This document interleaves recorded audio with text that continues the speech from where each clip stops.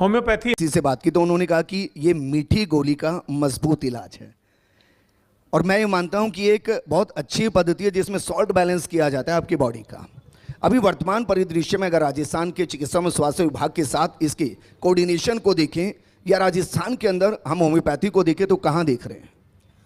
Thank you Virendra ji, आपने बहुत ही अच्छा क्वेश्चन पूछा है।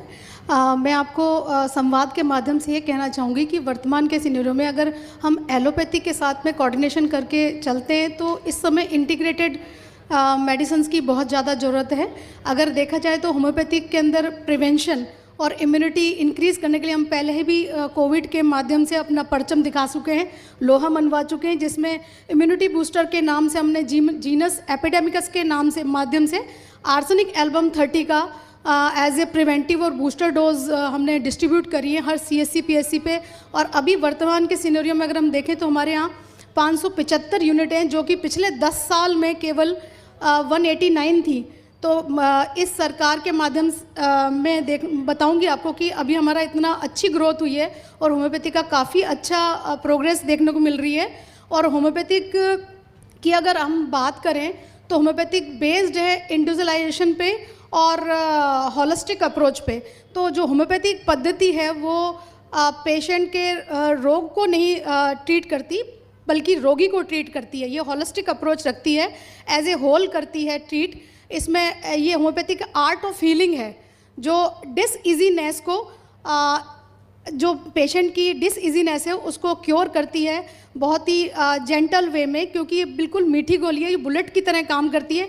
इसकी मीठी गोली में जो पावर है वो इनहेरेंट रहती है पोटेंटाइज फॉर्म के अंदर। और मैं जैसा आपको कोविड के लिए बता चुकी हूँ और बहुत सारी डिजीज़ ऐसी हैं जिसमें होम्योपैथिक बहुत ही ज़्यादा कारगर है।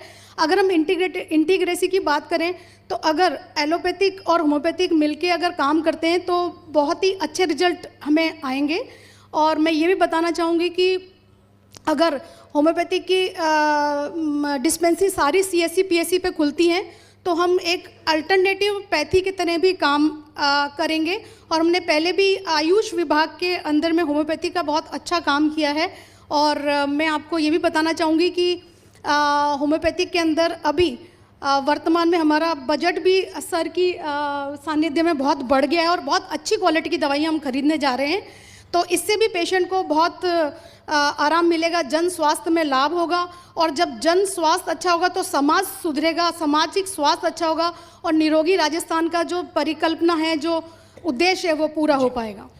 ठीक है मैम, क्योंकि एक और इसके बारे में कहते हैं कि भाई होम्योपैथी की मीठी गोली अगर आप ले रहे हैं तो मजबूत इलाज तो होगा लेकिन लंबे वक्त तक लेनी पड़ेगी, क्या ये सच है?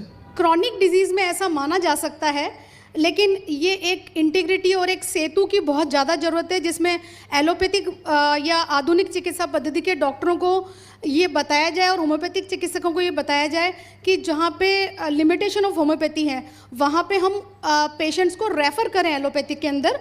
और जहाँ पे असाध्य रोग हैं, जहाँ क्रॉनिक डिजीज़ हैं, वहाँ पे होम्योपैथी के बहुत ही अच्छे रिजल्ट हैं। लेकिन ऐसा नहीं है कि ये बहुत स्लो काम करती है। अगर आप अच्छे फिजिशियन से दवाइयाँ लेते हैं, सही समय पर लेते हैं, टाइमली मेडिसिन लेते हैं, बहुत ड्रामेटिक रिजल्ट मिलते हैं। मैम, इसको ऐसे मैं कह सकता हूँ कि भाई अगर आपको पेन है कहीं पर, पेन किलर से पेन तुरंत चला जाएगा, लेकिन होम्योपैथी में पेन किस वजह से है उस पर काम होगा और भविष्य में पेन ना हो इस पर काम होगा। हनुमान प्रसाद जी हमारे साथ हैं। हनुमान जी, क्योंकि